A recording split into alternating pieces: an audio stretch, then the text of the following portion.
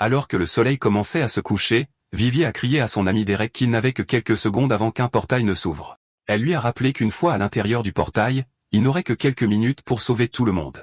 Au dernier moment, elle a répété qu'il ne devait pas être à l'intérieur du portail lorsqu'il se fermerait. Derek a bu sa bière d'un trait et lui a dit qu'il savait quoi faire. Il est ensuite descendu du bâtiment et s'est dirigé vers elle, soulignant qu'il connaissait la chanson, car ce n'était pas la première fois qu'il sauvait son équipe. Il a activé son pouvoir et lui a dit que la mission était assez facile, car c'était une routine pour lui. À ce moment-là, le portail s'est complètement ouvert et Derek s'est préparé à y entrer. Il a franchi le portail et a été transporté dans un monde flamboyant. On pouvait voir une personne blessée au sol, et les monstres rugissaient, montrant leur domination et leur puissance. Il a trouvé une autre personne blessée et a essayé de la sauver pendant que le monstre commençait à les encercler. Il a lutté pour sauver la personne. Des décennies plus tard, Derek, l'air débraillé, est toujours hanté par les souvenirs de ce qui s'est passé ce jour-là. C'était censé être une mission simple, mais après des années à maîtriser le système par lui-même, il sait maintenant qu'il ne faut pas essayer d'aider les gens. Il a ensuite un flashback du passé, au moment où il arrive à ce portail. Comme Vivi ne pouvait plus maintenir le portail, les autres se sont dépêchés de sortir tandis que le reste combattait les monstres. Il était l'un des plus puissants utilisateurs du système sur la planète, et à cause de cela, il pensait pouvoir sauver tout le monde. Alors qu'il continuait à combattre les monstres, l'un des aventuriers lui a dit que le portail se fermait et qu'il devait se dépêcher. Cependant, il est resté déterminé à sauver tout le monde et a réussi à repousser suffisamment de monstres pour créer une ouverture. Dans un dernier effort, il a attrapé l'homme blessé et a couru avec lui alors que le portail se fermait. Il l'a encouragé à continuer et à ne pas s'arrêter jusqu'à ce qu'il soit en sécurité. Cependant, avant même qu'il puisse atteindre le portail, un autre monstre est apparu et a attaqué l'homme blessé. Derek a remarqué que le portail se fermait slowly et a couru vers la petite ouverture, juste assez grande pour lui. En essayant de s'échapper, il a regretté d'avoir sauvé les autres, car il semblait maintenant qu'il n'allait pas survivre lui-même. À cet instant, le portail s'est complètement refermé, laissant Derek piégé à l'intérieur. Derek, dans le présent, tombe à genoux et se demande ce qu'il a fait pour mériter un sort si malheureux. Il se demande s'il n'est tout simplement pas assez fort ou si quelqu'un l'a trahi. Il écarte immédiatement cette idée et se dit que son esprit lui joue des tours. Il se répète que Vivi et les autres le cherchent probablement, et qu'il ne doit donc pas perdre espoir. Il se rassure en se disant qu'ils ouvriront bientôt un portail pour lui et qu'il s'échappera de l'enfer dans lequel il se trouve. Il compte les jours qui passent, espérant être secouru. Il ne sait pas s'il est piégé depuis des mois ou des décennies pour garder la raison. Il s'entraîne avec son glaive jusqu'à le maîtriser. Il médite aussi pendant des jours entiers pour garder son esprit calme. Il entraîne son corps jusqu'à son apogée, devenant plus fort qu'il ne l'aurait jamais cru possible. Il répète ce cycle chaque jour sans manquer une seule routine, espérant qu'un jour il s'échappera du portail et reverra le soleil. Soudain, il entend le système lui donner un avertissement indiquant que l'autre sort de la portée du système. Le son strident de l'erreur système résonne à travers le portail. Derek crie de frustration, ne voulant pas perdre également sa connexion avec le système. C'est tout ce qui lui reste, et il a l'impression de devenir enfin fou sans cela. Des larmes coulent de ses yeux alors qu'il se vautre dans le désespoir. Par frustration, il frappe le vide de son poing fermé, créant des fissures sur les murs invisibles du portail. Il regarde son propre reflet fissuré et commence enfin à abandonner l'espoir auquel il s'était accroché si longtemps. Il n'abandonne pas, mais il souhaite pouvoir mourir sur le champ. Il s'était déjà perdu auparavant, et voilà que ça recommence.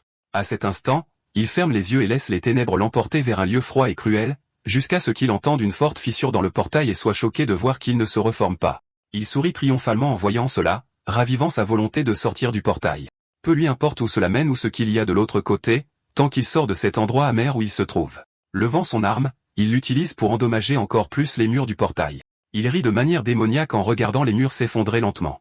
Accepter la mort de l'autre côté est bien mieux que de rester une minute de plus dans le vide.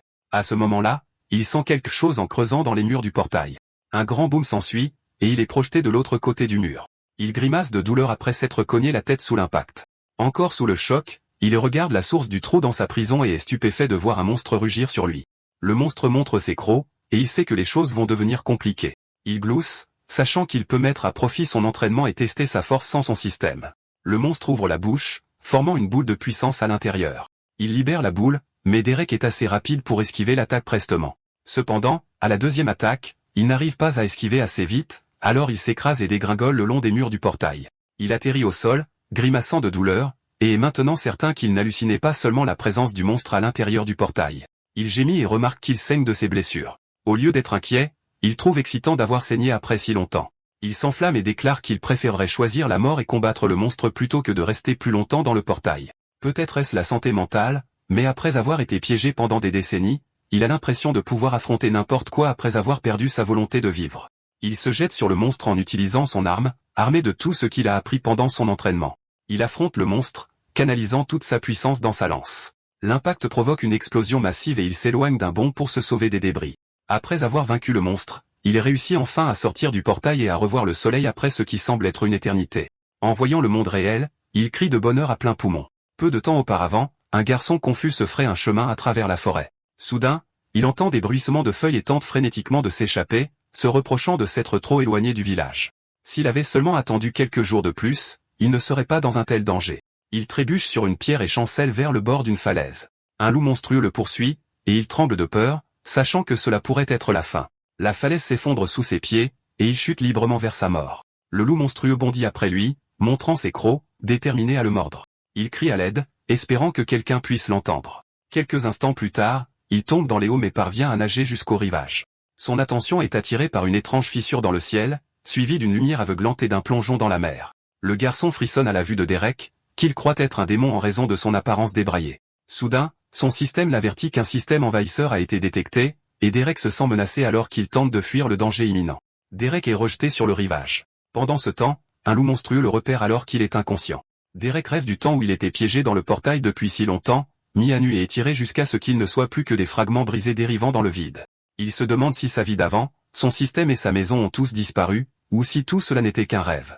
Sa conscience est ramenée au présent alors qu'on le grignote. Il essaie de dormir encore un peu mais sent des chatouilles et rit de la sensation, ce qui pousse le loup à le mordre avec plus de force. Cela le réveille et il attrape le loup par le cou et le gifle violemment. Pendant ce temps, un garçon l'observe de derrière les buissons et, de son point de vue, le voit comme un démon capable de vaincre facilement un loup monstrueux.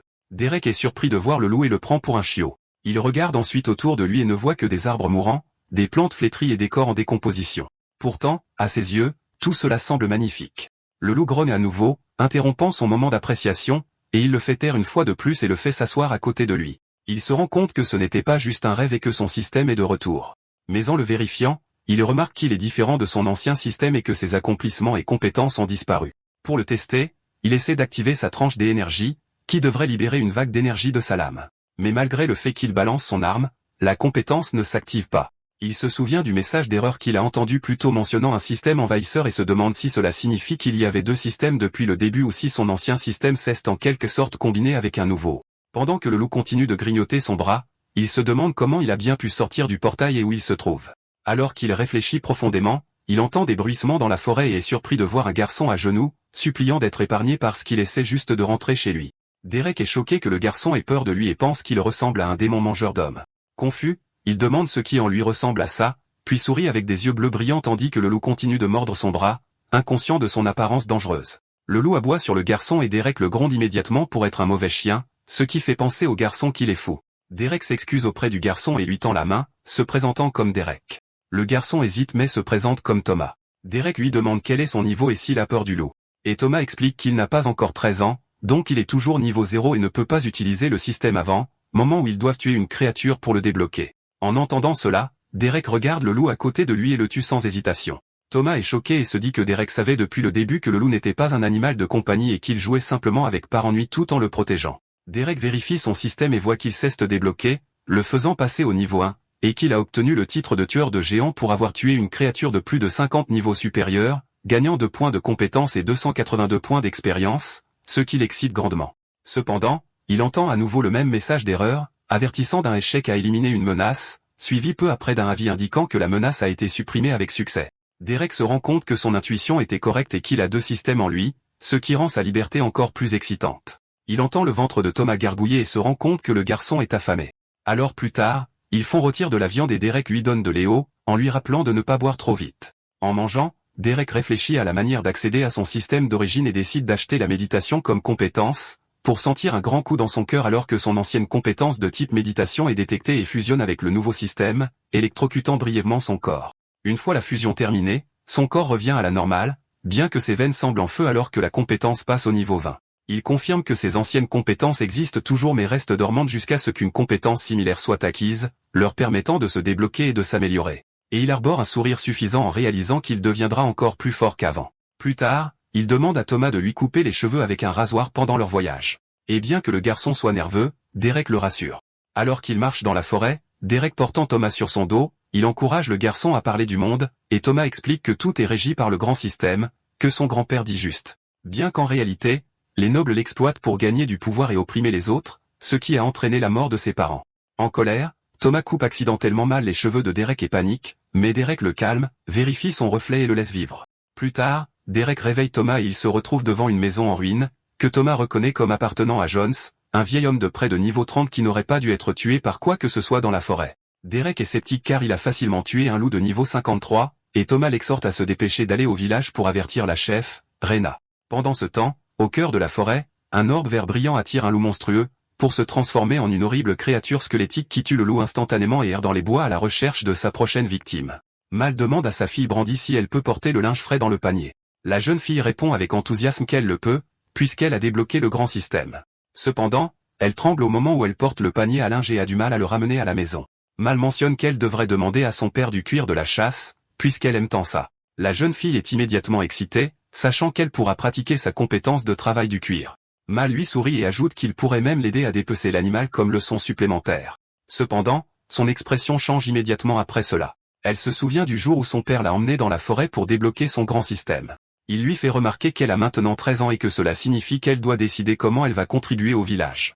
Il lui montre alors un monstre de niveau 10 appelé un renard duveteux. Même si elle est initialement contre, elle n'a pas d'autre choix que de tuer le renard duveteux pour activer son système. Elle a l'impression d'avoir fait une erreur et confie qu'elle ne supporte pas de tuer à nouveau des animaux. Mal essaie de lui remonter le moral, en lui disant qu'elle s'y habituera, bien qu'elle aurait souhaité que son mari ne lui donne pas la bête la plus mignonne à abattre. À ce moment-là, elle est choquée lorsque son mari, Travis, arrive couvert de blessures. Il lui dit frénétiquement d'emmener Brandy à la porte et de s'enfuir. Inquiète, elle se précipite à ses côtés, demandant ce qui se passe. Il les informe que de puissantes bêtes les attaquent et que c'est quelque chose qu'ils n'ont jamais combattu auparavant. Il leur dit de se dépêcher et rappelle à sa fille de toujours écouter sa mère. Mal hésite à le laisser derrière, mais il l'exhorte à s'enfuir car ils n'ont pas le temps. Il leur dit au revoir et leur dit qu'il les aime tellement. La mère et la fille courent dans la forêt. Brandy pleure en s'enfuyant, inquiète pour son père. Mal assure à sa fille que son père reviendra sain et sauf, car c'est un guerrier puissant. Plus tard, dans la partie et de la forêt, un homme guide les survivants de leur village. Le plan est de se rendre au village de Rena et d'y chercher refuge pour le moment. Il leur assure que leurs chasseurs seront juste derrière eux pour les protéger pendant leur fuite et garantit leur bien-être. À cet instant, il sent une présence dangereuse derrière lui. Et quand il se retourne, il voit un monstre hideux se jeter dans sa direction. Avant qu'il ne puisse réagir, le monstre le dévore avec d'autres. Les villageois se fichent de peur à cette vue. Les monstres grognent sur eux, prêts à bondir et à se régaler d'eux à tout moment. Mal regarde sa fille et lui dit de toute urgence de courir. Au même moment, un monstre leur saute dessus, et Mal essaie de protéger Brandy de l'attaque. N'ayant pas le choix, Brandy s'enfuit pendant que sa mère fait de son mieux pour retenir le monstre pendant qu'elle s'échappe. Mal accepte son sort de mourir tant que sa fille peut vivre. Brandy s'enfuit les larmes aux yeux et heurte quelqu'un. La personne lui demande si elle a besoin d'aide, et il s'avère que c'est Derek avec Thomas. Le garçon le réprimande pour avoir posé la question, car il est évident que la jeune fille a besoin d'aide. Derek répond qu'il ne veut pas se mêler de leurs affaires à moins qu'on ne le lui demande. Thomas court vers Brandy et essaie de la réconforter, et elle s'accroche désespérément à lui demandant de les aider et de ne pas laisser sa mère mourir. En entendant cela, Derek sort sa dague et frappe sans effort le monstre, le tuant sur le coup. Il demande s'ils ont besoin des 3 autres monstres pour l'expérience, mais Mal lui dit de les achever tous. Ravi, il les laisse attaquer, puis bondit et riposte d'Eno, tranchant les bêtes en un seul mouvement. Après les avoir anéantis, il se rend compte qu'il avait tort après tout, car il ne s'est pas amusé du tout. Il les trouve faibles. Pendant ce temps, Mal serre sa fille fort dans ses bras après avoir failli être tué par les monstres. Brandy pleure, inquiète pour son père. Mal la rassure en lui disant que Travis ira bien car c'est un homme très fort, mais elle note silencieusement que son mari n'est pas aussi fort que l'étranger qui les a sauvés. En fait, elle n'a jamais rencontré quelqu'un d'aussi fort dans tous les villages, et elle est stupéfaite de la facilité avec laquelle il tue les bêtes. Elle le remercie de les avoir sauvés et lui demande qui il est. Derek répond qu'il est juste un type ordinaire qui ramène Thomas à son village et tapote la tête du garçon.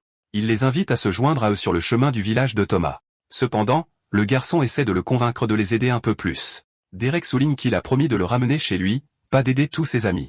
Il ajoute également qu'à première vue, le village est très probablement déjà détruit. L'un des villageois demande si Grace Falls l'a envoyé pour découvrir ce qui ne va pas. Derek répond que non, mais Thomas essaie toujours de le convaincre de sauver le village et l'exhorte à bouger.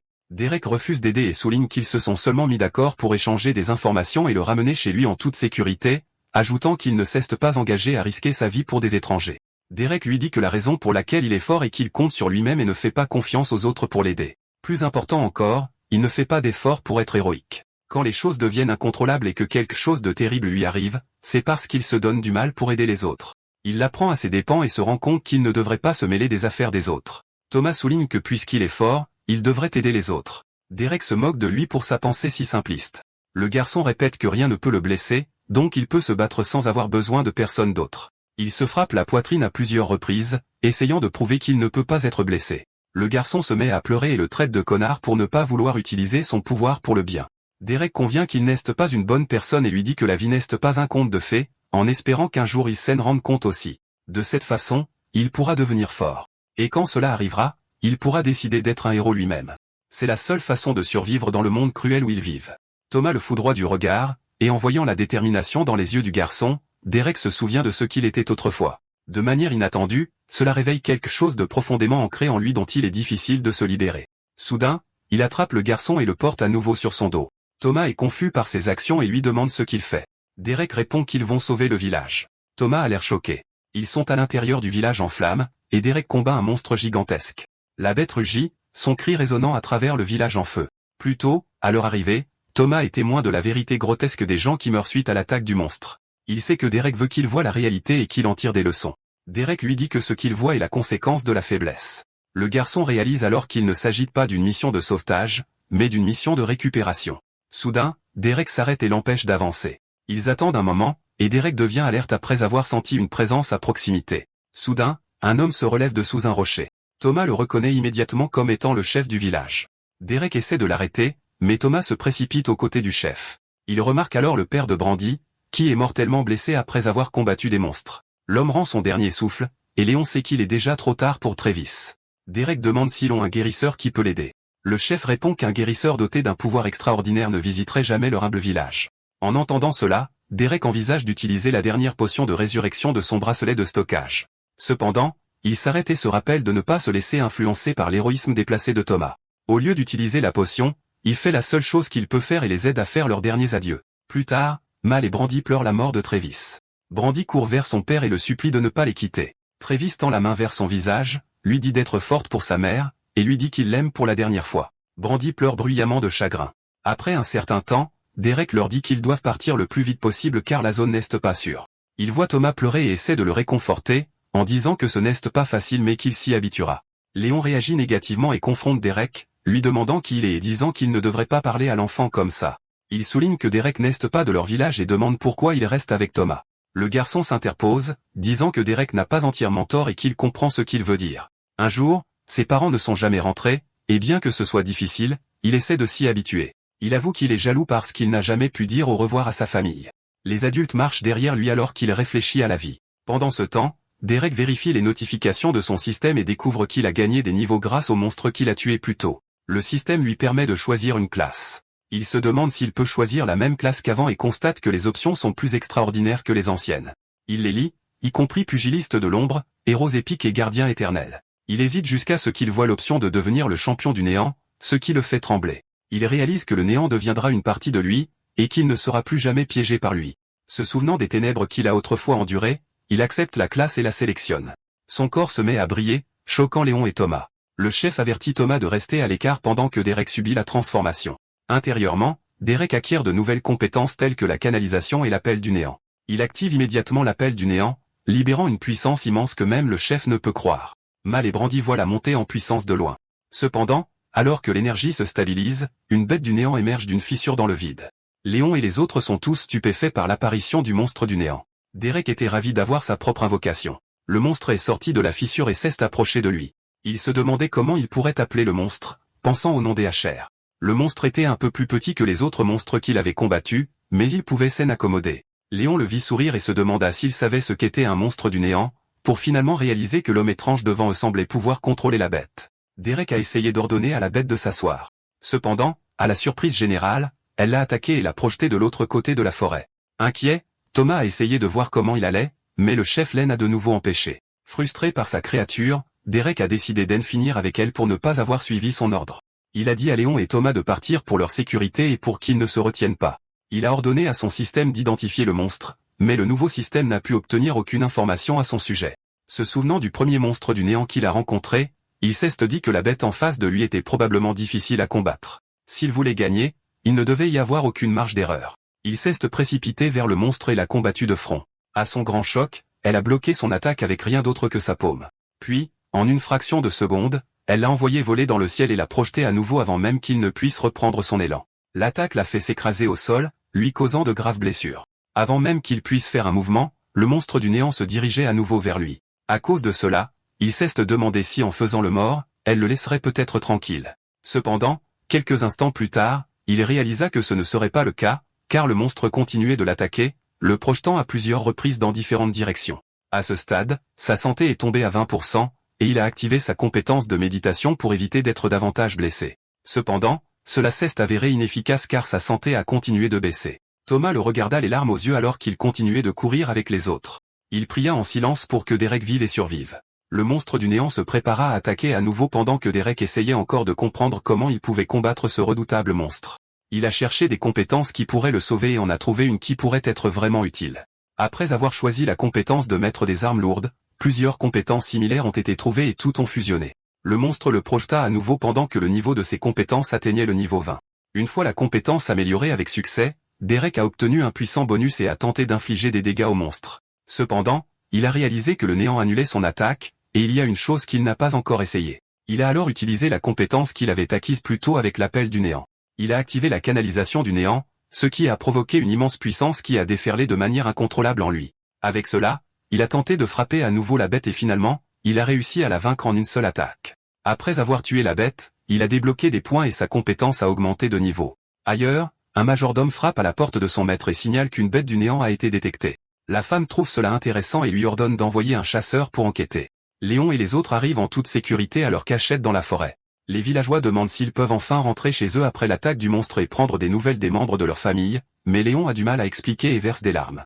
D'une voix peinée, il leur dit qu'il n'y a nulle part où retourner et qu'il a échoué en tant que chef. Il est si embarrassé qu'il aurait souhaité être mort avec eux.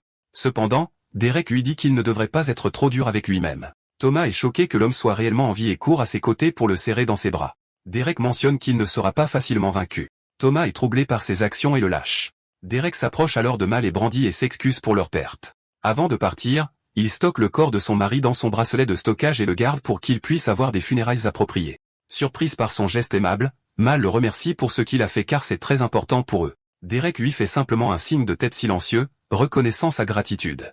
À la tombée de la nuit, Léon et les autres se rassemblent pour parler de ce qui s'est passé plus tôt. Léon pose des questions sur le monstre du néant d'avant, et Derek le rassure que la créature est déjà vaincue. Il admet qu'il a eu du mal au début, mais une fois qu'il a réalisé ce qu'il devait faire, il est devenu inarrêtable.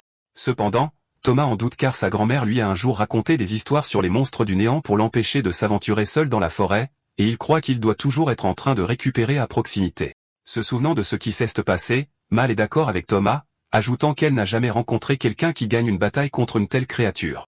Derek essaie de minimiser la situation pour rester discret et agit comme si de rien n'était. Le lendemain matin, Mal réveille tout le monde et leur dit de continuer à avancer pour atteindre le village de Rena avant le coucher du soleil. Alors qu'il se prépare à partir, Derek sent quelqu'un le tirer et voit Brandy. Gêné, elle lui demande s'il peut lui donner quelques-uns des animaux qu'il cache dans son bracelet. Il accepte et sort un petit monstre de son inventaire, le lui tendant. Curieux, il lui demande pourquoi elle le veut. Elle raconte le moment où son système s'est finalement éveillé et le sourire sur le visage de son père quand il lui apprenait le travail du cuir. Une larme s'échappe de son œil alors qu'elle lui dit qu'elle veut fabriquer une armure pour le village, pour rendre son père fier et s'assurer que personne ne soit plus jamais blessé. En voyant à quel point elle est brisée, Derek ne peut s'empêcher d'avoir pitié d'elle. Alors il lui propose plus d'animaux si elle en a besoin. Il tapote la tête de la jeune fille et réalise qu'après tout, il ne peut peut-être pas tout faire seul. Plus tard, les villageois atteignent enfin le village de Rena. Mal parle aux gardiens qui refusent de les laisser entrer car ils sont inconnus et n'ont pas d'identification appropriée. Frustrée, elle lui demande d'appeler Rena, mais il refuse toujours, disant qu'il ne veut pas quitter son poste. Pendant ce temps, Derek demande à Léon s'il ne va rien dire puisqu'il est le chef. Le vieil homme répond qu'il n'est pas digne d'être appelé chef car il n'a plus de village et qu'il n'y a personne à blâmer à part lui-même. Mal continue de supplier le gardien de les laisser entrer, citant le décret gracieux. En colère, Derek intervient et déclare qu'il va simplement briser le mur pour que les villageois puissent entrer. Le gardien le met au défi de le faire, confiant que le mur est impénétrable, et propose même de leur donner une leçon car il manque clairement d'éducation. Voyant que Derek est sur le point de perdre son sang-froid, Mal lui rappelle que tuer un noble nain ne vaut pas la peine et ne ferait qu'empirer les choses. Juste à ce moment-là, la porte s'ouvre et révèle Rena, la chef du village, ainsi que S, le plus jeune fils de Walt Grasval. Rena reconnaît immédiatement Mal et lui demande la raison de sa venue. Elle demande ensuite si leur village est en sécurité car l'un de ses chasseurs a signalé avoir vu de la fumée dans cette direction. Après avoir entendu ce qui s'est passé, Rena éprouve de la sympathie pour eux et les invite dans son village. Elle dit à S de réprimander ses subordonnés et déclare que ces gens sont maintenant sous sa protection. Mal la remercie et les deux femmes s'étreignent. Rena profite de ce moment pour murmurer à Mal qu'ils doivent être prudents car une autre sorte de bête se trouve à l'intérieur des murs. Pendant ce temps, S fait remarquer que Rena met ouvertement en péril son autorité et lui rappelle de rester à sa place, car il est là pour une affaire officielle qui pourrait avoir des conséquences en cas d'échec. Agacée, Rena le presse de finir ses affaires et de partir. Il rétorque qu'elle n'est pas protégée par la loi et prétend qu'il pourrait écraser tout le monde dans le village s'il le souhaitait. Rena en doute, sachant que cela couvrirait de honte sa maison et que son père n'hésiterait pas à le réprimander. Pendant ce temps, Derek réalise qu'il peut maintenant mettre fin à son contrat avec Thomas puisqu'il l'a ramené auprès des siens. Pourtant, il envisage de rester un peu plus longtemps pour en apprendre davantage sur le monde au lieu de simplement errer dans les bois. Il se persuade que c'est la seule raison pour laquelle il veut rester. Alors qu'il se tient près de l'entrée, Rena le remarque et lui demande s'il est un des amis de Mal, ajoutant que toute personne liée à Mal et Léon est la bienvenue dans le village. Derek passe devant elle et entre, et elle réalise soudain qu'il possède une aura extraordinaire. Delilah, la grand-mère de Thomas, fulmine à table, convaincue que Rena doit avoir une sacrée bonne raison de les faire attendre aussi longtemps, tandis que Richard, son grand-père, lui dit calmement de se détendre. L'impatience monte alors que Delilah tape du pied contre le sol, brisant le silence tendu. Elle réplique avec colère, refusant de se calmer et rappelant à Richard que Thomas est toujours porté disparu.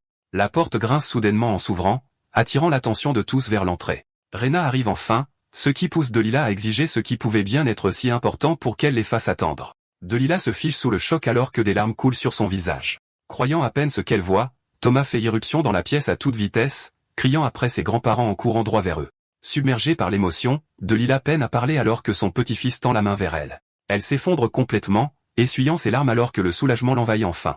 Les trois s'étreignent fermement sur le sol pendant que Richard dit à Thomas qu'il leur a manqué. Rena entre dans la pièce aux côtés de Derek et Léon, faisant une légère plaisanterie pour savoir si ramener Thomas était assez important. Thomas s'accroche à ses grands-parents pendant que Derek observe en silence, un léger sourire traversant son visage alors que la tension se dissipe. Rena demande à tout le monde de s'asseoir alors que la pièce se calme lentement. Le groupe se rassemble autour de la table tandis que Rena annonce qu'ils ont des sujets importants à discuter. Elle s'adresse à Derek formellement après avoir appris de Mal que c'était grâce à lui que tout le monde du village de Léon était encore en vie. Rena exprime sa gratitude, reconnaissant le risque que Derek a pris pour protéger leur peuple. Pendant ce temps, Thomas partage un moment précieux avec ses grands-parents alors qu'ils sont enfin réunis. Derek minimise la situation en réponse à Rena, balayant les louanges et insistant sur le fait que ce n'était rien de plus que faire ce qui devait être fait. Rena rétorque fermement, affirmant que la protection de son peuple est le devoir d'un chef. Son expression se durcit alors qu'elle signale qu'il y a encore d'autres choses à aborder. Elle précise qu'elle ne peut lui offrir aucun paiement si c'est ce qu'il attendait, admettant que le village est déjà à court de ressources tout en regardant un noble à l'extérieur se prélasser nonchalamment et demander un autre verre à un villageois. De retour à table, Derek sourit à Rena, répondant que Thomas l'a déjà payé en aidant Derek, donc l'affaire est réglée. Il change soudainement de sujet, avertissant que la véritable préoccupation réside dans le problème croissant au sein de la forêt, ce qui amène Rena à lui demander s'il sait ce qui se passe. Après une brève pause, Derek prend la parole et déclare qu'il a une idée. En réfléchissant intérieurement, il compare la situation à son ancien système, reconnaît un schéma familier et conclut calmement qu'ils sont confrontés à une rupture de donjon, et cette implication pèse lourdement sur la pièce alors que l'image d'un donjon se manifeste. Derek explique que les donjons sont la force vitale du système lui-même. Ils servent de source de trésors, de pouvoir et de danger constants, façonnant le monde par le risque et la récompense. Chaque donjon est un monde autonome créé par le système pour tester, tourmenter et renforcer ceux qui sont assez courageux pour y entrer. Pour maintenir l'équilibre, seuls les aventuriers en dessous d'un certain niveau sont autorisés à entrer, garantissant que le défi reste juste et mortel. Mais quand le système faiblit et qu'un donjon est laissé sans surveillance, il ne reste pas dormant, mais au contraire, il s'infecte, éclate vers l'extérieur et déchaîne le chaos pur. Quand un donjon se brise, les monstres se déversent directement dans le monde, et son énergie corrompue commence à infecter les terres environnantes. Rena soutient que si un donjon s'était formé, il aurait dû être détecté il y a longtemps, ce qui rend son existence improbable. Derek réfute cette hypothèse, soulignant que rien n'empêche de nouveaux donjons de se former. Bien que rares, Richard intervient pour dire que les apparitions de nouveaux donjons ne sont pas inédites, surtout si l'un d'eux a émergé au cœur d'une forêt inexplorée où peu d'aventuriers s'aventurent. Richard devient tendu alors qu'il prend conscience de la situation, admettant que la théorie expliquerait tout ce qui s'est passé jusqu'à présent. Rena insiste auprès de Richard et il explique que bien que cela semble tiré par les cheveux, c'est la seule conclusion qui ait du sens.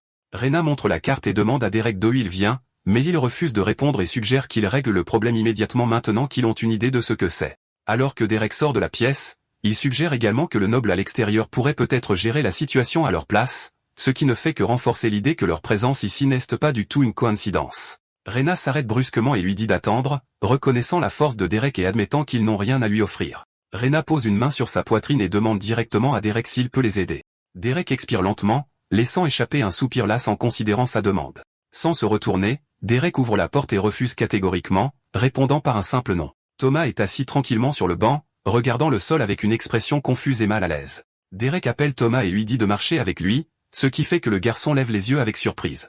Alors que Derek se dirige vers la porte, il pense à trouver Brandy et à lui apporter plus de peaux d'animaux. La porte se referme derrière eux avec un bruit sec, laissant la pièce dans le silence. Rena se tourne vers Richard alors qu'il admet que Derek a raison.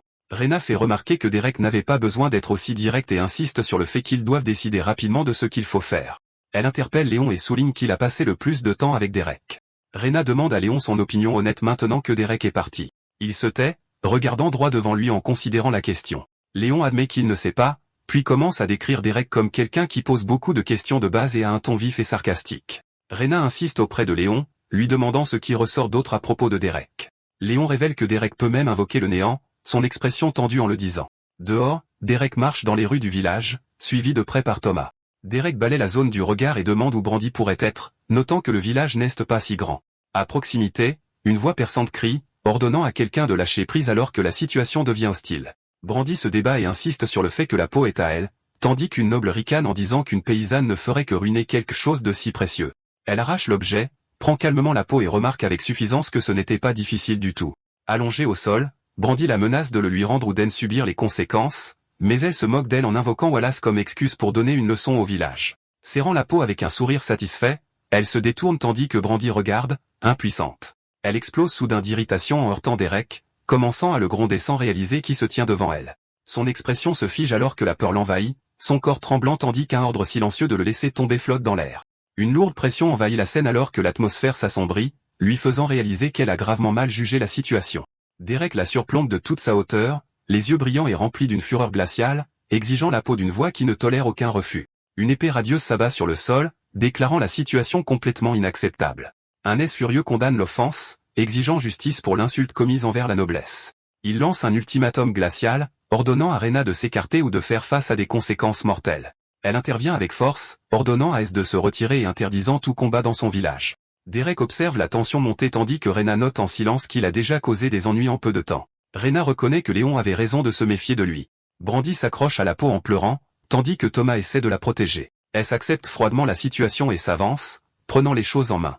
D'un geste dédaigneux, Derek saisit le bras de la noble, puis la plaque au sol sous le regard incrédule d'As. Derek déclare calmement qu'il avait de toute façon l'intention de quitter le village, sous les yeux stupéfaits de la foule. Thomas s'accroche à sa grand-mère, sous le choc, peinant à comprendre la décision soudaine de Derek. Derek le rassure en lui disant qu'il reviendra, lui rappelant d'écouter ses grands-parents et de continuer à s'entraîner. Avant de partir, Derek donne à Thomas le rasoir électrique et lui dit de s'entraîner à l'utiliser pendant son absence. En s'éloignant, il avertit Thomas de ne pas encore débloquer son système, et le garçon acquiesce silencieusement. Derek s'arrête quand S l'interpelle, son expression devenant froide et alerte, mais Derek passe devant lui et S déclare qu'il va l'arrêter ici même. Il menace S d'un ton condescendant, l'avertissant de ne plus jamais toucher à quiconque du village. Derek s'avance sans hésitation et promet catégoriquement de le tuer s'il revient un jour. Alors que la tension atteint son paroxysme, S se demande en silence qui est vraiment Derek. Tandis que Derek s'éloigne, S et son groupe se raidissent, écrasés par la pression oppressante de sa simple présence. Rena et les autres échangent des regards tendus, sentant que quelque chose ne va pas du tout alors que la peur les envahit. Derek continue d'avancer, entouré d'une énergie violette crépitante qui irradie une terreur pure. Soudain, S ordonne à Jeff de suivre Derek. Sa commande est accueillie par un signe de tête sec. Pendant ce temps, Derek se souvient de ce que Thomas lui a dit sur l'obtention d'un haut fait en tuant une créature avec 100 niveaux de plus que lui. Derek réalise qu'il devra s'aventurer profondément dans la forêt s'il veut trouver quelque chose d'assez puissant. Il se dit qu'il ne devrait pas le faire maintenant, car il est techniquement encore à un bas niveau, tandis que Jeff l'espionne depuis un arbre. L'archer bande son arc, la corde grinçant doucement alors qu'il vise. Il sourit narquoisement et se moque de Derek d'Eno, confiant que Derek ne saura même jamais qui l'a attaqué. La flèche est décochée, fendant l'air dans un flou soudain. Derek note qu'il a déjà gagné plusieurs niveaux, mais qu'il doit encore trouver un monstre d'au moins niveau 112. Son écran de statut apparaît, révélant son niveau, sa classe, ses statistiques fortement augmentées et ses points de stats non utilisés, qu'il prévoit de distribuer. Le regard de Derek s'aiguise alors qu'il sent une flèche s'approcher à grande vitesse, notant que Jeff est enfin passé à l'action après l'avoir suivi pendant plus d'1 heure, tandis qu'il esquive calmement le tir. Derek ouvre son menu de statuts et commence à allouer des points à plusieurs statistiques à la fois. Plusieurs faits se déclenchent successivement, stupéfiant Derek alors que le système le récompense avec des compétences gratuites. Jeff panique lorsque son tir manque la cible, n'arrivant pas à comprendre comment Derek a pu l'éviter. Convaincu que Derek ne l'a jamais remarqué, il ignore son échec et prépare un autre tir. La flèche fend l'air en direction de Derek à une vitesse mortelle. Il dévie la flèche avec désinvolture. Son regard perçant foudroie Jeff alors qu'il révèle être en train de choisir une nouvelle compétence. Jeff se fige, sous le choc, incapable de comprendre comment Derek a pu réagir à temps.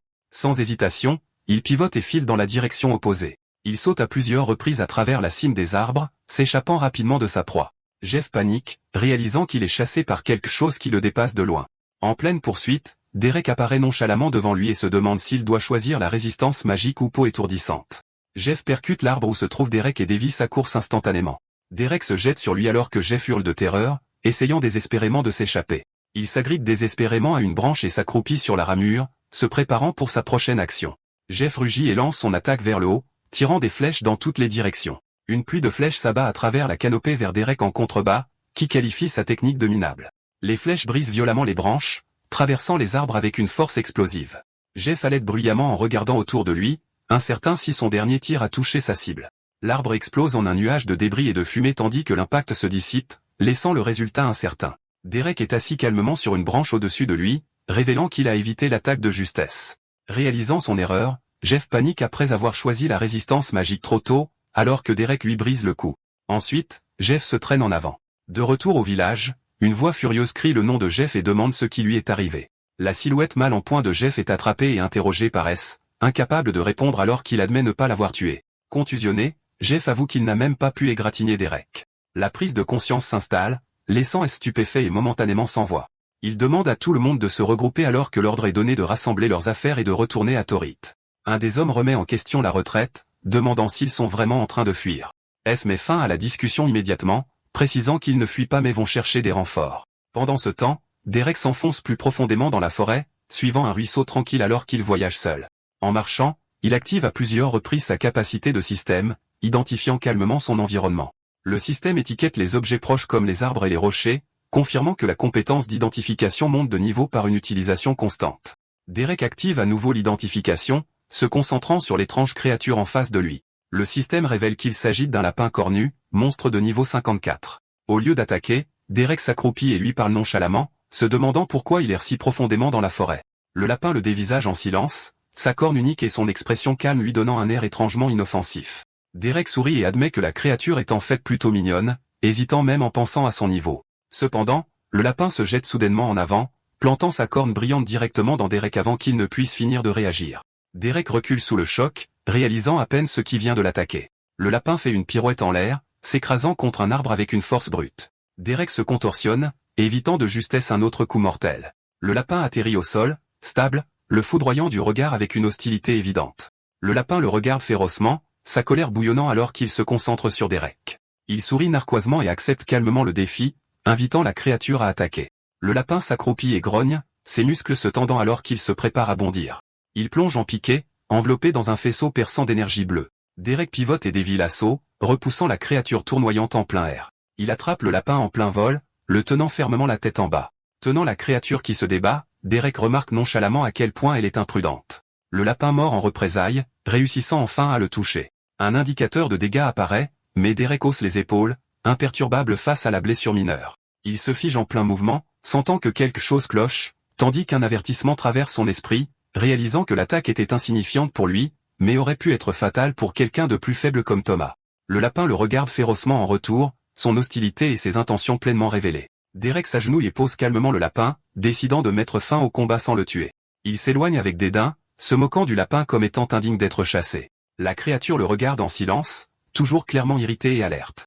Soudain, Derek envisage ses options, se demandant quelle compétence de restauration choisir après avoir vu à quel point la résistance magique était déjà utile. Il s'arrête pour réfléchir, pesant soigneusement la décision au lieu de se précipiter. Le système affiche les compétences de restauration disponibles devant lui. Derek note que le système n'offre que 3 choix, rendant la décision inévitable. Il écarte immédiatement la guérison des toxines, y voyant peu d'intérêt pour le moment. Il considère ensuite le vol de vie, notant que la guérison basée sur les dégâts qu'il inflige pourrait être utile. Le rajeunissement attire son attention en tant qu'option de guérison nette et ciblée. Derek hésite, réalisant que le vol de vie le guérirait probablement plus au total, mais quelque chose le dérange. Après s'être décidé, il sélectionne le rajeunissement et valide son choix, que le système confirme. Le système confirme que Derek a appris avec succès le rajeunissement. Il se rassure en se disant que choisir le rajeunissement est logique, surtout s'il doit un jour guérir quelqu'un d'autre. Derek expire de frustration, se demandant pourquoi il est parti pour quelque chose d'aussi futile qu'un au fait. Entouré par la forêt silencieuse, il réfléchit amèrement au fait d'avoir enfin rencontré des gens après des années de solitude, pour finir à nouveau isolé.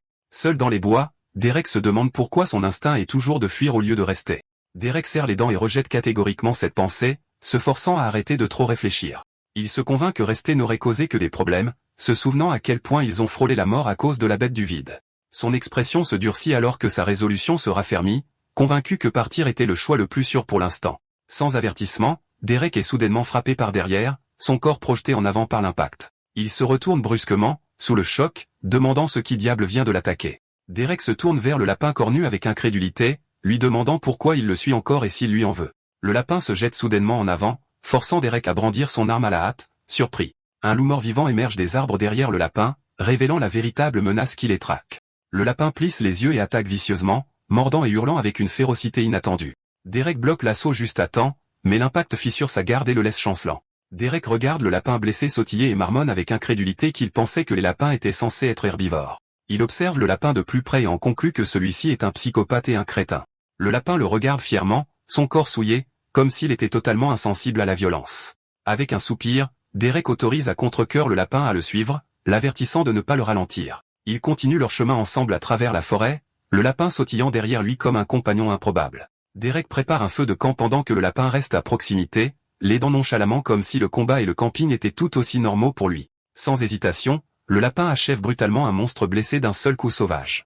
Derek caresse calmement la tête du lapin ensuite, souriant comme s'il récompensait un animal de compagnie plutôt que de reconnaître la violence. Plus tard dans la nuit, Derek dort près du feu de camp tandis que le lapin se blottit à proximité, la forêt devenant enfin silencieuse. Leur routine se poursuit le lendemain alors que le lapin l'aide à nouveau dans sa chasse. Derek s'étire et bâille, chassant les derniers restes de sommeil alors que le brouillard matinal stagne dans la clairière. Se frottant la nuque, il crie au lapin tueur de se dépêcher pour qu'il puisse continuer. Au lieu de le suivre, le lapin cornu s'arrête et s'assoit, le dévisageant en silence. Derek se retourne, confus, réalisant seulement alors que le lapin n'a pas bougé du tout. À distance, les deux se font face dans la clairière, une pause gênante s'installant tandis que Derek attend que le lapin réagisse. Il comprend que c'est le point dans la forêt où le lapin ne le suivra plus. Le lapin s'assoit soudainement et se plante fermement sur le sol, refusant de bouger. Derek lui fait un signe de la main et lui souhaite bonne chance, tout en admettant sans détour que rien dans la forêt n'a la moindre chance contre lui. En s'éloignant, il accepte que cette séparation était inévitable. Derek baisse les yeux et se rappelle de se calmer alors qu'il continue d'avancer seul. Derek s'enfonce plus profondément dans la forêt, se rappelant qu'il est seul par choix et non plus piégé dans le vide. Il marche vers une clairière difforme, acceptant que le chemin qu'il emprunte est quelque chose qu'il a délibérément choisi pour lui-même. Soudain, un noyau d'énergie verte tourbillonnant se forme devant lui, dégageant une présence troublante. Le repérant clairement, Derek active sa compétence et ordonne au système d'identifier le phénomène. Le système le révèle comme étant le donjon immortel, une instance de niveau 100 avec des conditions de débordement extrêmes et des récompenses inconnues. Derek admet que le donjon pourrait contenir quelque chose digne d'un haut fait, mais il refuse d'y entrer. N'ayant aucune véritable mesure de la force du donjon et craignant un autre piège, il décide que le risque ne vaut pas la récompense. En pensant à Thomas et aux nobles, Derek décide que rebrousser chemin est le choix le plus judicieux. Il se détourne du donjon, convaincu que tout ce voyage était une perte de temps. Soudain, une goule acide apparaît, explosant d'une énergie violente. Contusionné mais calme, Derek salue nonchalamment le monstre, apprenant qu'il s'agit d'un monstre de niveau 115 dégageant une énergie verte corrosive. Au lieu de la peur, Derek arbore un sourire narquois et réalise que c'est exactement l'adversaire dont il avait besoin. Derek retenait sa frustration depuis bien trop longtemps, et il est heureux d'avoir enfin quelque chose sur quoi se défouler. Il a chargé son énergie et a fait face au monstre qui se jetait sur lui. D'un seul coup de sa lame, le bras de l'ennemi se détache facilement, et il se vante d'attendre plus d'une créature de niveau supérieur à 100. Alors qu'il dit cela, le bras de la goule se régénère en un instant, et ce mouvement inattendu laisse l'homme entre ses griffes. Ballotté sans défense, il réalise que sa peau fond à cause de l'acide, il n'a donc d'autre choix que de se libérer par la force. L'ennemi est en effet plus fort qu'il ne le pensait, mais ce n'est pas un problème. Derek enfile son armure de système, prêt à s'amuser autant que possible. Une main immense et démoniaque s'abat sur l'humain, et bien qu'il esquive, l'attaque le touche quand même et endommage son armure. Quand une autre suit et brise son plastron, il enfonce sa lance magique, qui tire alors une décharge d'énergie qui détruit la poitrine de la cible. Cependant, cela n'affecte pas la goule qui rugit et l'attaque avec une force écrasante. Sa main ne parvient pas à briser son arme, mais un jet de crachat acide fait fondre l'armure et les vêtements du guerrier. S'accrochant encore à sa fierté, Derek demande si c'est tout ce qu'un monstre de niveau 100 a à offrir. Il rit de manière moqueuse de la situation ridicule et commence à crépiter d'électricité. Toute l'énergie accumulée est libérée, dévorant et vaporisant la goule entière sur place. Avec la victoire sur l'adversaire de haut niveau, une vague de points d'expérience a envahi son corps. Cela dit, l'acide de la bataille était toujours présent, détruisant les environs ainsi que son armure déjà en train de fondre. Il décide de la garder dans son inventaire jusqu'à ce qu'il puisse la faire réparer. Étant donné que même sa chemise est ruinée, il regrette de ne pas en avoir acheté plus sur Terre, car l'idée de porter les tuniques de ce monde ne lui plaît guère. Le guerrier s'installe pour le moment et 2 semaines passent après son départ du village de Rena. Là-bas, Thomas transpirait à force de concentration, apportant les touches finales et coupant les cheveux de quelqu'un avec la tondeuse donnée par Derek. Lui tendant un miroir, son client découvre une coiffure plutôt nette et satisfaisante et on lui dit d'amener tous ceux qui pourraient avoir besoin de son aide. Brandy soupire, n'en revenant toujours pas que tout le monde laisse le garçon leur faire ça aux cheveux, et l'avertit d'un ton menaçant de ne même pas penser à lui faire la même chose. Terrifié, il promet d'arrêter de proposer ses services, mais la jeune fille a toujours une idée derrière la tête. Elle a fait tout ce qu'elle pouvait avec la peau que Derek lui a fournie avant de partir. Les ayant réutilisés jusqu'à la limite, elle a besoin qu'il revienne lui en apporter d'autres. Il ressent la même chose car cela fait 2 jours depuis son anniversaire, ce qui signifie qu'il peut débloquer son système. Son grand-père a attrapé une grenouille pour lui permettre de le faire, mais elle n'était que de niveau 7, ce qui est bien inférieur à ce que leur ami rapportera. Le garçon est sûr qu'il apportera quelque chose de mieux. Il doit juste attendre. Pendant ce temps, dans le village de Léon, un homme mystérieux est entré sur le territoire et a examiné les traces d'une bataille intense. C'était si important qu'il pouvait sentir la bête du vide sur ses doigts, ainsi que la seconde énergie appartenant à la personne qui l'avait tué. Quant à sa source, elle mène à l'autre village voisin, et il s'y dirige directement. Derek marchait dans la forêt en chemise, se plaignant toujours de son armure détruite. Le donjon sera sûrement une plaie à nettoyer, et alors qu'il sort, il voit le lapin cornu d'avant, assis à l'attendre depuis tout ce temps. Il tape du pied avec impatience sur le sol, et il ne peut s'empêcher de penser qu'il s'est attaché à lui. Lui prouvant le contraire, il lui fonce dessus comme toujours. Il l'attrape à main nue, lui racontant qu'il a promis à Thomas de ramener un monstre de haut niveau. S'il ne commence pas à bien se comporter, il sera le candidat idéal. Sa menace fait parcourir un frisson dans le dos du lapin. Il l'autorise à rester avec lui dans la forêt, mais ne peut pas lui faire assez confiance pour ne pas frapper les gens du village. À ce stade, la mentalité de la créature est complètement détraquée, et il ne peut que soupirer de résignation en la posant au sol. Sommé de le suivre, les deux reprennent leur court voyage ensemble. Comme il en a assez de l'appeler lapin ou idiot, il décide de lui donner un nom, une idée qui semble réjouir la créature, bien qu'elle le cache timidement. La nuit, Derek passe un peu de temps à réfléchir à des noms mignons pour l'appeler, mais des noms aussi purs et gentils ne correspondent pas du tout à sa nature impitoyable. Il part de l'idée qu'elle est folle et essaie de tuer tout ce qui est en vue, mais peine à trouver un nom approprié. Finalement, il trouve le nom parfait. À partir de maintenant, le lapin autrefois idiot sera désormais appelé Sylvie, le nom de son ancienne amie. Ils sautillent ensemble, car il y a beaucoup de choses qui méritent un coup de tête. Une semaine plus tard, ils trottent vers le village et atteignent le pont où ils doivent se séparer. Malheureusement, il ne peut pas la laisser entrer avec lui, certain qu'elle blessera tout le monde là-bas. Elle doit rester dans la forêt pour l'instant et attendre qu'il revienne bientôt. Agitant un écureuil capturé, il feint la tristesse de leur séparation et dit qu'ils pourront voyager à nouveau une autre fois. Cependant, Sylvie voit l'écureuil comme une cible et se jette dessus comme d'habitude. Esquivant et regardant l'arbre touché tomber, il dit à la psychopathe de rester dans la forêt, envisageant même de laisser Thomas la tuer à la place de l'écureuil. Derek atteint les portes du village et fait signe aux gardes. Après s'être identifié et avoir dit qu'il venait de rentrer, il ajoute qu'il n'est pas nécessaire de se donner la peine d'ouvrir la porte et saute directement en haut du mur. Alors que le garde manque de glisser de surprise, le visiteur le rattrape et le complimente sur sa nouvelle coupe de cheveux. Sur ce, Derek saute à l'intérieur du village et appelle immédiatement Thomas, annonçant qu'il est de retour. Le garçon surgit instantanément du coin de la rue comme s'il l'attendait et est étonnamment suivi par Brandy, qui percute un civil. Les deux enfants se ruent sur lui avec des histoires sans fin, racontant ce qu'ils ont fait pendant sa longue absence. Ils se mettent ensuite à lui demander les choses dont ils ont besoin, comme des pots et le déverrouillage du système. L'agacement monte peu à peu alors qu'il est assailli par des enfants agaçants dès son retour, et cela ne fait qu'empirer lorsque les deux commencent à se chamailler pour son approbation. Il les fait finalement taire en leur pinçant la bouche pour la fermer. Avec un profond soupir, Derek commence par Brandy et lui assure qu'il a apporté de nombreuses peaux d'animaux qu'elle pourra utiliser. Passant à Thomas, il demande au garçon s'il a réfléchi à ce dont ils avaient parlé auparavant, ajoutant qu'il a apporté quelque chose de spécial pour lui. Il lui dit de le retrouver à la porte d'entrée demain, où ils déverrouilleront son système. Et voilà, l'excitation des enfants est apaisée, Mais il a une dernière question à leur poser. S'ils veulent ces cadeaux, ils doivent le conduire à la meilleure taverne du village, et la simple odeur de l'intérieur réjouit ses sens. Espérant que la planète a de la bonne bière, il se dirige vers le comptoir avec un grand sourire aux lèvres. En bousculant accidentellement un autre client, il s'excuse de ne pas l'avoir vu, mais l'homme reconnaît l'aura distincte qui émane de son corps. L'homme qui traquait Derek depuis le village de Léon l'a enfin trouvé. Déconcerté par la réaction de l'homme, Derek lui demande qui il est, tout en reconnaissant silencieusement qu'il semble plus fort que les autres. L'homme dit que c'est lui qu'il traquait et confirme qu'il n'est pas du tout une bête du vide. Cela dit, il se demande pourquoi le vide est si prégnant sur sa peau. Ne voulant pas causer plus de problèmes au village, il feint une ignorance totale. Pensant qu'il ment, le mystérieux personnage lui pose de nombreuses questions, dont certaines trop personnelles pour y répondre sur le champ. Cependant, Derek saisit le doigt accusateur et demande d'un ton menaçant ce qu'il va faire s'il ment. Comme il n'est pas prêt à reculer si facilement, l'étranger utilise la compétence d'identification pour percer les secrets de sa cible. La tentative échoue lamentablement, provoquant un silence gênant, mais elle se termine finalement par le maître secret du vide qui se commande un verre de bière. Le tavernier le salue, ayant déjà beaucoup entendu parler de l'étranger. Pendant qu'il parlait, l'homme se demandait quel devait être son niveau pour que son identification échoue. De même, Derek regardait avec méfiance l'homme encapuchonné qui partait pendant que Bart préparait une bouteille de sa meilleure bière pour le client. Il demande 2 pièces de cuivre pour une belle pinte, mais comme il n'a pas de monnaie pour le moment, le chasseur offre en échange la précieuse peau d'un blaireau de niveau 52. Alors que cela lui vaut joyeusement une chambre offerte par la maison, une voix familière interpelle l'homme sans le sou. Mal lui offre une place chez eux en guise de paiement pour tout ce qu'il a donné à Brandy, ajoutant même son ragoût fait maison à la proposition. Sur ce, il rejoint la mère avec quelques pintes à la main. Elle lui demande ce que voulait le chasseur tout à l'heure, mais il balaie la question d'un revers de main. Quoi qu'il ait voulu, il vaut mieux ne pas se mettre à dos quelqu'un qui travaille pour la couronne. Derek entend ce nom pour la première fois depuis son arrivée. C'est l'une des organisations les plus puissantes du royaume, bien qu'elle ne soit pas affiliée au roi malgré son nom.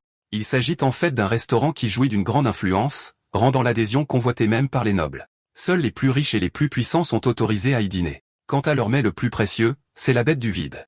L'idée que des bêtes du vide puissent être mangées était impensable pour Derek. Leur consommation accorde des bonus incroyables, et en offrir une à la couronne garantit presque l'adhésion. Il insiste sur le fait qu'elles ne peuvent pas toutes être aussi fortes que dans les légendes, mais que la plupart pourraient tout de même détruire des villages avec facilité. Ce qui les rend vraiment précieuses, c'est la rareté de chaque spécimen. Étant donné à quel point elles sont terrifiantes, la plupart des gens n'aiment même pas qu'on les mentionne, ce qu'il doit déjà bien savoir. Comprenant ce qu'elle veut dire, ils se tait et ils atteignent la maison en silence. La nuit tombe et la maison est remplie de rires chaleureux. Derek engloutit son bol de délicieux ragoût, c'est la meilleure chose qu'il ait mangée depuis des années. Mal est ravi de sa réaction mais n'oublie pas de rester humble. Les autres, réunis autour de la table, conviennent que le repas est bien meilleur que d'habitude. Pendant ce temps, Thomas restait concentré sur le déverrouillage de son système le lendemain matin, tant que ses grands-parents étaient d'accord. Les deux donnent rapidement leur accord, sachant à quel point ils l'attendaient avec impatience. Il ne reste plus qu'à attendre le lendemain, mais Derek ajoute soudain une dernière condition et avoue que cela fait très longtemps qu'il n'a pas pris un vrai bain. Comprenant immédiatement, Thomas court pour commencer à chauffer Léo pour un bain chaud, faisant rire les autres de sa simplicité adorable. Juste au moment où la journée paisible allait se terminer, Brandy tapote leur invité, disant qu'elle avait quelque chose de spécial à lui donner. C'était un pendentif, destiné à le remercier pour tout ce qu'il avait fait. Elle se sentait perdue après avoir enterré son père, et travaillé sur toute l'épaule à aider à se changer les idées. La tenant tendrement dans sa paume, il la remercie avec un sourire chaleureux, tandis que Thomas interrompt le moment en criant qu'il faut plus de bois pour le feu du bain. Pour la première fois depuis longtemps, Derek n'était plus seul, et le bruit environnant lui rappelait qu'il s'était enfin échappé du vide. Derek s'éloigna du village en courant, Thomas agrippé à son dos, se débattant et s'accrochant désespérément. Décidant qu'ils ont atteint un endroit aussi bon qu'un autre, l'adulte s'arrête brusquement et vérifie l'état de son passager. Le garçon est d'abord hébété, mais la lueur revient dans ses yeux lorsqu'on lui demande s'il est prêt à déverrouiller son système. Après son acquiescement, on lui tend une dague en lui disant de faire attention. Derek attrape un sac sur le côté, qui s'agite frénétiquement, et dit à l'enfant de tuer l'écureuil piégé à l'intérieur. Hochant la tête avec détermination, Thomas prend la lame et l'enfonce profondément dans la créature qui se tortille. La puissance du grand système déferla immédiatement dans son corps. Quand on lui demande comment il se sent, il dit qu'il a obtenu le haut fait d'avoir tué un monstre de niveau 50 et demande comment il a fait. Le couteau qu'on lui a prêté a été fabriqué par le même forgeron qui a façonné la lame de Derek. Avant d'aller plus loin, il y a quelque chose d'important qu'il doit demander au garçon qui a clairement indiqué son intention de quitter son village dans l'espoir de devenir plus fort. De même, Derek est seul depuis un temps incroyablement long et la solitude commençait à lui peser. Ainsi, il invite le jeune garçon à venir l'accompagner dans son voyage. Thomas tremblait d'excitation, incapable de croire à l'opportunité qui s'offrait à lui. Jouant soudainement au blasé, il dit ne voir aucune raison de refuser et on lui dit qu'il apprendra beaucoup de choses sur Derek qui ne peuvent être partagées avec d'autres. Le garçon promet de les garder au péril de sa vie, ce qui est peut-être un peu excessif. Il assurera sa sécurité, mais il devra s'entraîner dur et ne pas trop compter sur les autres. Enfin, il doit faire tout ce qu'on lui dit sans poser de questions. La demande suspecte est préoccupante, mais on lui assure qu'il y aura une bonne raison à tout ce qu'il dira. Perdant tout doute dans son cœur, Thomas réaffirme son désir de se joindre à ses voyages. Avec ce nouveau partenaire, ils commencent leur aventure. Derek se demande d'abord combien de points de compétence le garçon possède. Apprenant qu'il y en a 3, il dit au garçon qu'il n'aura plus qu'un, car il dépensera les 2 premiers pour les compétences de méditation et d'identification. Le jeune garçon fait ce qu'on lui dit, comme il l'a promis. Bien qu'elle ne soit pas tape à accent grave-l'œil, ce sont parmi les compétences les plus puissantes que l'on puisse avoir. La méditation de haut niveau permet de récupérer même en mouvement et l'identification protège ses secrets des autres. Heureusement, il peut dépenser son dernier point pour quelque chose de plus excitant comme sa classe.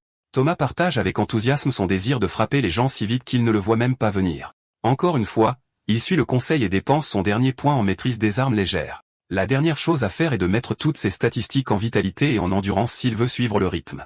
Avant que le jeune garçon puisse obéir, Derek s'élança, le laissant dans la poussière en lui disant qu'ils perdaient leur course pour rentrer. Dans l'après-midi, les adultes se réunissent à nouveau pour parler de choses importantes. Tapotant frénétiquement des doigts, Derek dit que beaucoup de gens vont mourir. Rena ne comprend pas et dit qu'elle a demandé des aventuriers de rang argent de niveau 50 à la guilde. À leur grand choc et horreur, il raconte comment il est entré dans la forêt pour la première fois et a trouvé un donjon de niveau 100 au plus profond. La réponse est l'or. Ils ont besoin d'une équipe de rang hors de niveau 100, ce que Richard a l'intention de demander immédiatement. Quand on lui demande s'il y a une carte de la région, Thomas court la chercher dans un tiroir du haut. Autour du village de Rena se trouvent des donjons connus et certains détails à leur sujet. Derek regarde l'entrée de la forêt voisine et pointe l'endroit approximatif où devrait se trouver le donjon des morts vivants. On lui donne la permission d'ajouter des marques sur la carte et il dessine un grand cercle et quelques détails vagues dans la forêt. Après avoir confirmé qu'il peut en faire une copie, il se tourne vers Rena avec une question et lui demande pourquoi son niveau est si bas malgré les donjons qui les entourent. Passant outre la violation d'avoir utilisé l'identification sur elle, elle explique que sa classe est rare, ce qui signifie qu'il faut plus de temps pour monter de niveau. La plupart des créatures des environs ne donnent presque pas d'expérience, et ses devoirs de chef l'empêchent de partir facilement. De plus, les armes du village ne durent pas longtemps contre les monstres de haut niveau. Derek lui lance une épée sans prévenir et dit qu'il aimerait qu'elle se joigne à sa session d'entraînement avec Thomas demain matin. Si elle accepte, l'épée est à elle. Elle n'arrive pas à croire qu'il lui donne une telle arme, certaine qu'elle vaut une fortune. Avec son approbation, la chef hoche la tête et promet d'être présente. Ils conviennent tous de se voir le matin, et Derek se dirige vers la taverne pour la nuit. Au château de Grassfall, S se plaignait et pleurnichait auprès de son père, disant qu'il avait besoin de renforts. Walt le réprimande pour être un homme mesquin qui irait jusqu'à intimider un minuscule village à la frontière. Le seigneur a entendu dire que le village a même demandé une équipe de rang argent pour régler un problème qu'il aurait dû résoudre. Refusant de tolérer une autre humiliation de la part de son fils, il lui ordonne de retourner et de faire ce qu'on lui demande. S essaie de discuter comme l'enfant têtu qu'il est, mais est complètement réduit au silence par son père furieux. Il serre les dents de colère et se détourne avec mépris, jurant silencieusement de régler le problème lui-même. Rena se joint à l'entraînement comme convenu, mais n'est pas tout à fait sur des instructions.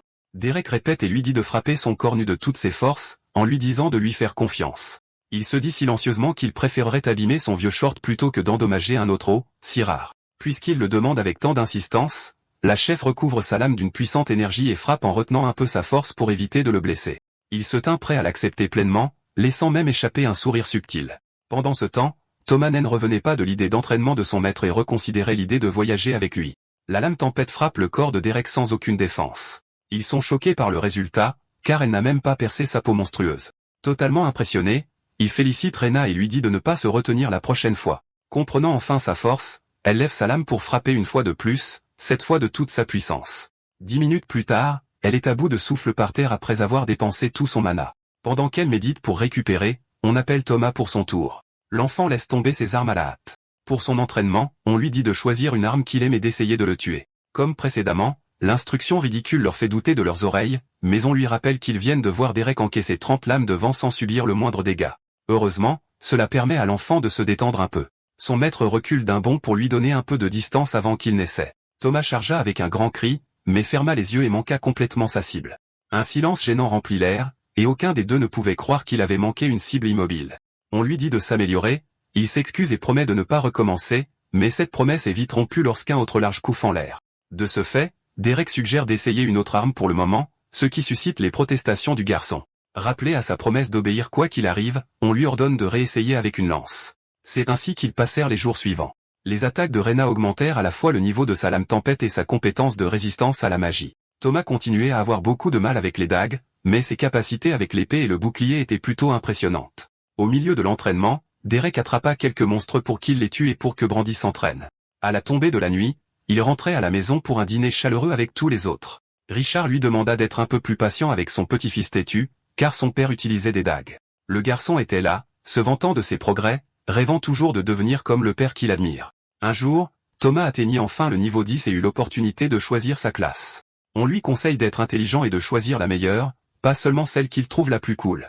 Le hochement de tête excité du garçon le calma quelque peu, alors il détourna le regard pendant que le jeune homme tapotait sur son système.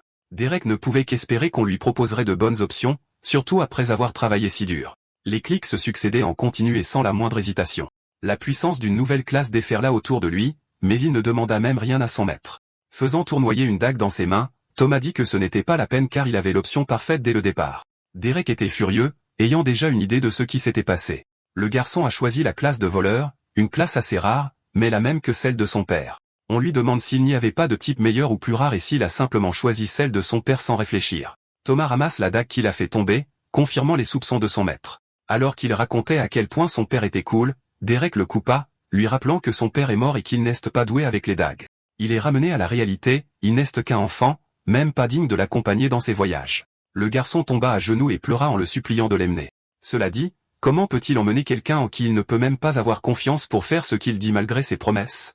S'accrochant désespérément à son seul espoir, Thomas fait l'impensable et jure sur le grand système de garder ses secrets. Le système retentit, indiquant qu'il perdra sa classe et ses compétences s'il venait à briser ce serment permanent. C'est similaire à la compétence de contrat de son système précédent, bien que certainement beaucoup plus sévère.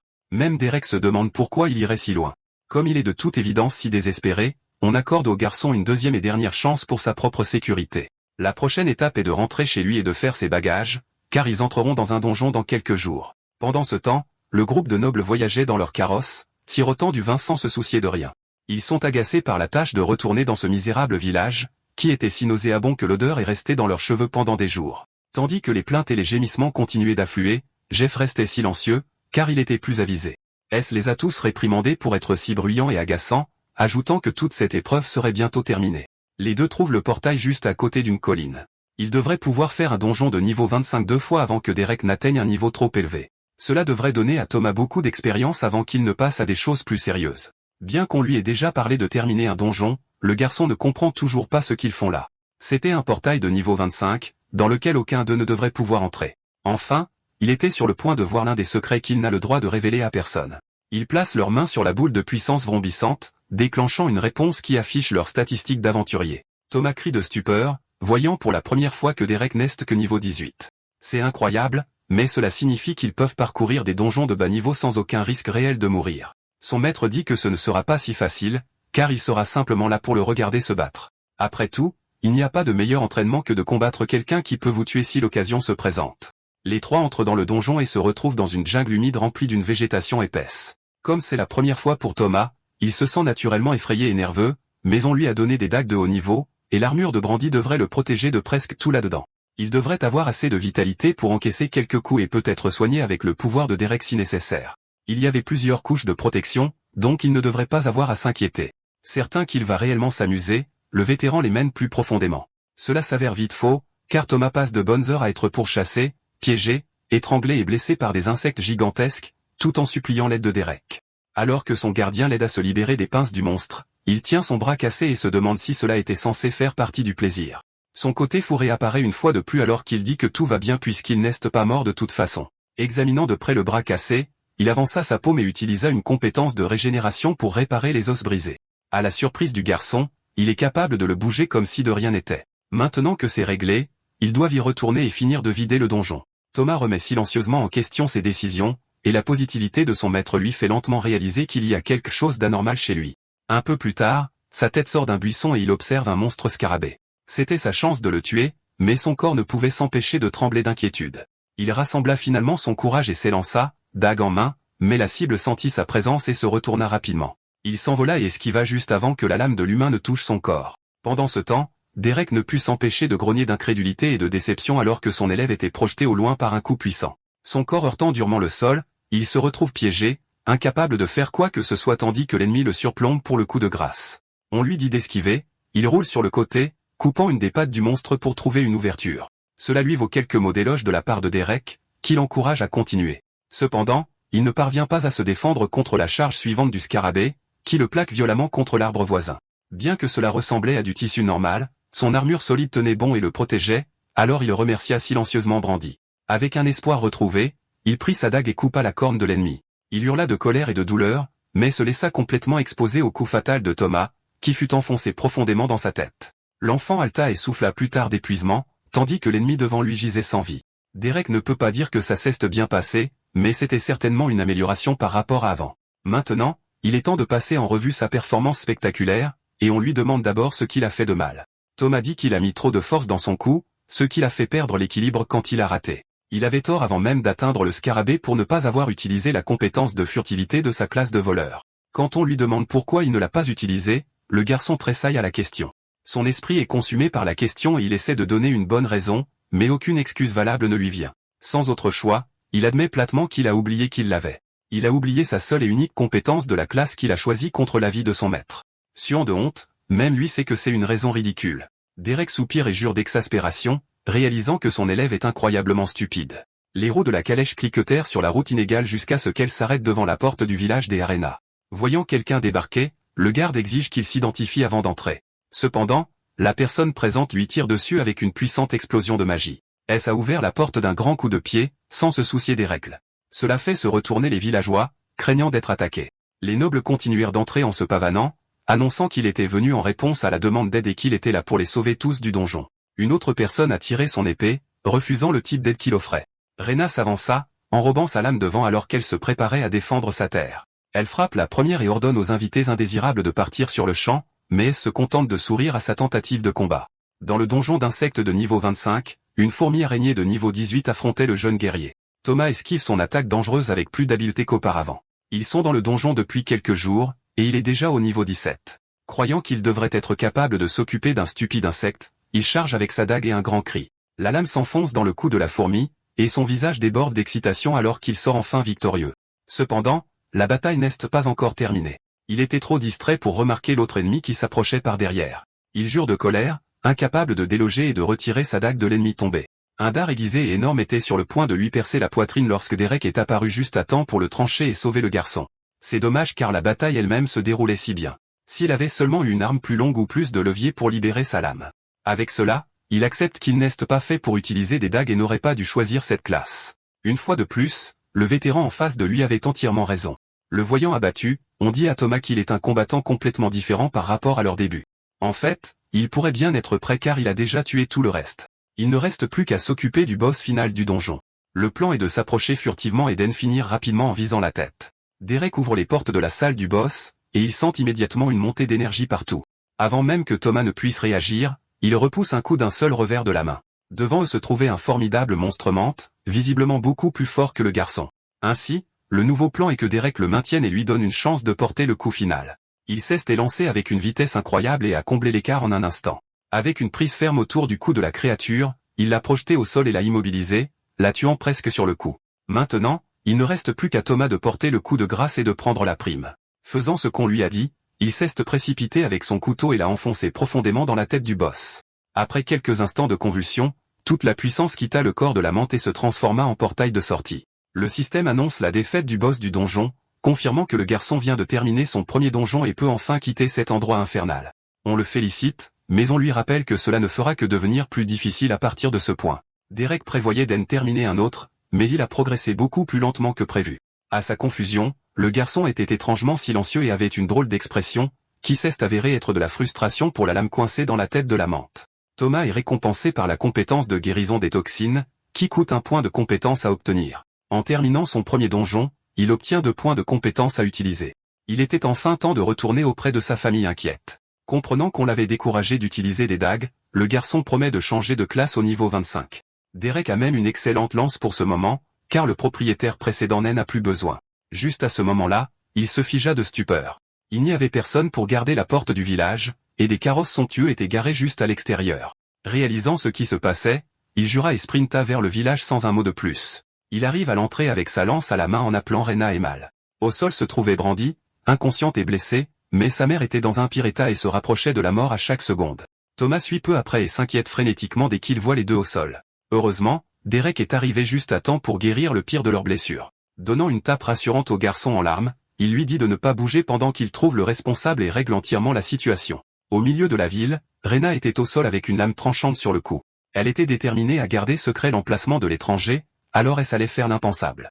Au nom de la noble maison de Grassfall, il la condamne à mort par décapitation pour désobéissance. Son compagnon leva sa lame pour exécuter le décret, mais une énergie sinistre emplit soudainement l'air. Entendant une voix familière, Rena et S sourit alors que Derek leur rappelle l'avertissement concernant la menace pesant sur le village contre sa volonté. L'étranger était prêt à tous les tuer. S ordonne aux autres nobles de tuer leur cible sur le champ. Malgré l'énergie écrasante émanant de lui, une combattante insensée tente sa chance et le charge avec une lame, mais elle est facilement éliminée d'un coup de poing sans même qu'il ait besoin de regarder. Elle tomba au sol, probablement morte. Voir cela déclenche les autres, qui augmentent maintenant leur puissance pour se venger de l'homme qui a tué leur ami. Un jet de flamme est tiré sur lui, et c'est comme si le torrent consumait son corps en entier. Le feu explosa et crépita, tandis que la noble pleurait simplement la sœur qu'elle avait perdue en un instant. Voir le feu déchaîné fait se demander aux autres si l'attaque a fonctionné, mais une paire d'yeux brillants est soudainement apparue dans les flammes. Derek émergea, pas même roussi malgré le sort puissant. S continue d'ordonner à ses camarades d'attaquer sans rien faire lui-même. Une flèche vola vers lui depuis un angle mort. Encore une fois, il l'attrape d'une main, sans même tourner la tête pour regarder. Jeff pâlit, ayant déjà vécu cela et sachant très bien ce qui allait suivre. Ne voulant pas mourir pour l'entêtement de cet homme, il essaie de tourner les talons, mais est arrêté par sa propre flèche qui lui transperce la tête. Et voilà, il est tombé du toit au sol, sans vie. Richard appela Derek de toute urgence, le suppliant d'écouter. On lui dit d'arrêter de blesser les nobles à tout prix. Il n'y a pas de retour en arrière possible, mais on leur avait déjà donné une chance de paix. Maintenant, c'est du passé et son corps est rempli d'une rage impitoyable. Un homme insensé tente de l'attaquer avec un grand cri, mais sa lame est facilement attrapée en plein vol à main nue. Une telle chose serait normalement impossible, mais de telles règles ne s'appliquent pas au souverain du vide qui écrase sans effort la lame d'acier dans sa main. Après avoir empalé le noble avec l'arme tordue, Derek s'est occupé d'As qui se plaignait encore de ses camarades inutiles. C'est à son tour d'augmenter sa puissance et de leur montrer ce que signifie vraiment naître d'une lignée supérieure. Une énergie démoniaque jaillit de son corps, mais le vétéran contre-attaque en faisant appel au vide. Cela brise complètement le pouvoir du noble, permettant à Derek de le saisir par le cou et de le soulever vers le ciel. L'arrogance d'auparavant a disparu, et il disait maintenant qu'il ne se montrerait plus jamais. Ayant cet objectif précis en tête, il serra plus fort, forçant la bave, la morve et les larmes à couler de son visage.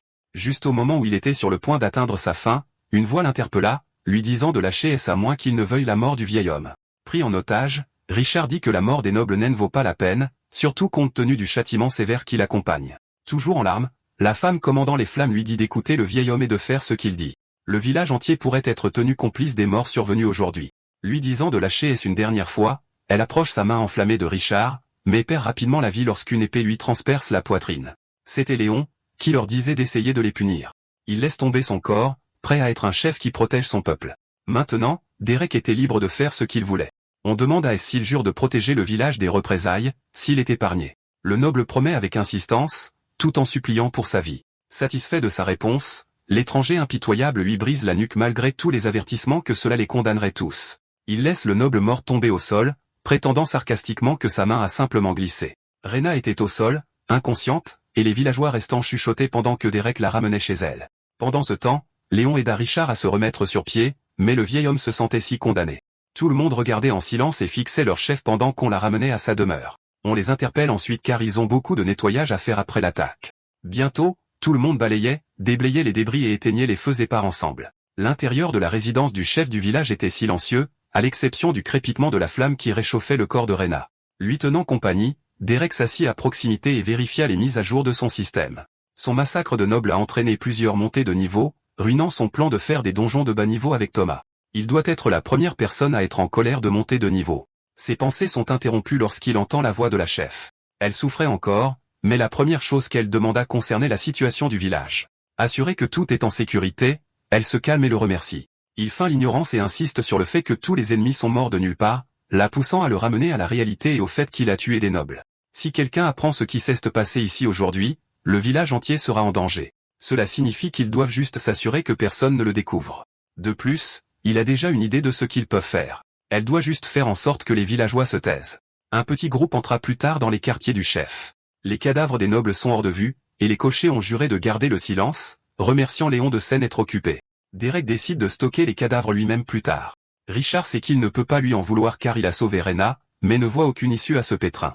S'il l'avait seulement écouté et l'avait laissé vivre, alors ce serait peut-être différent. On le rassure qu'un plan est en place, mais qu'il ne peut pas être réalisé seul. L'aide de toutes les personnes présentes dans la pièce sera nécessaire. En fait, c'est l'aide de tout le village dont il a besoin.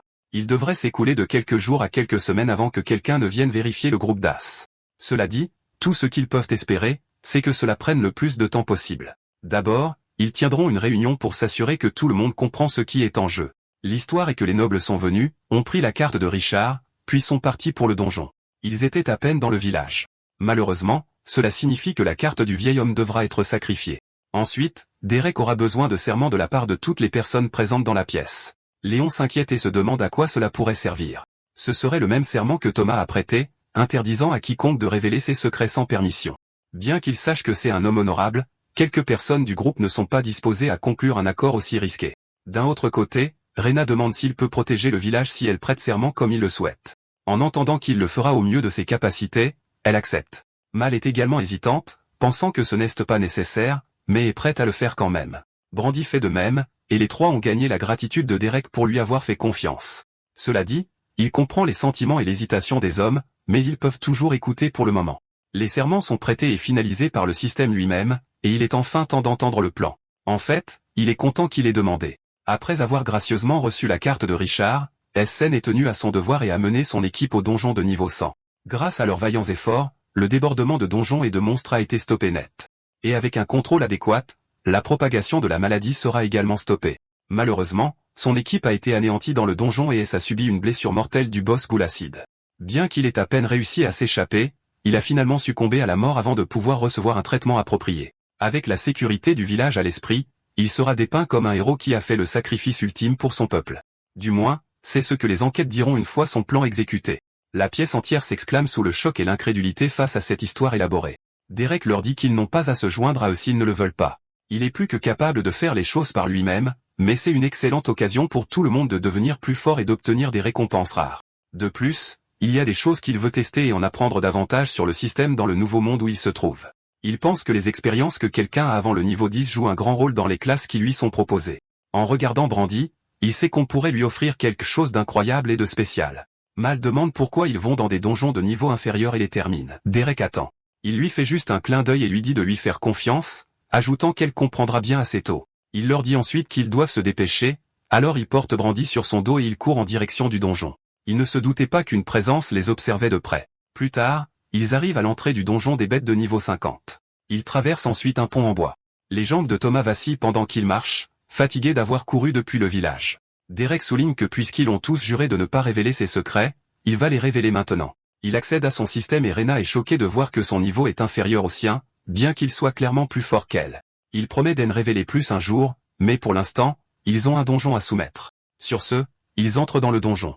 Ils trouvent une base où ils peuvent rester tout en élaborant une stratégie pour leur exploration. Derek prévoit de sortir pour battre un tas de monstres jusqu'à ce qu'ils soient à un cheveu de la mort et de les ramener à la base pour que Thomas et Mal les achèvent. Ils répéteront la stratégie jusqu'à ce qu'ils atteignent tous les deux le niveau 30. Il suggère à Mal de regarder toutes ses options d'amélioration de classe une fois qu'elle aura atteint le niveau 25.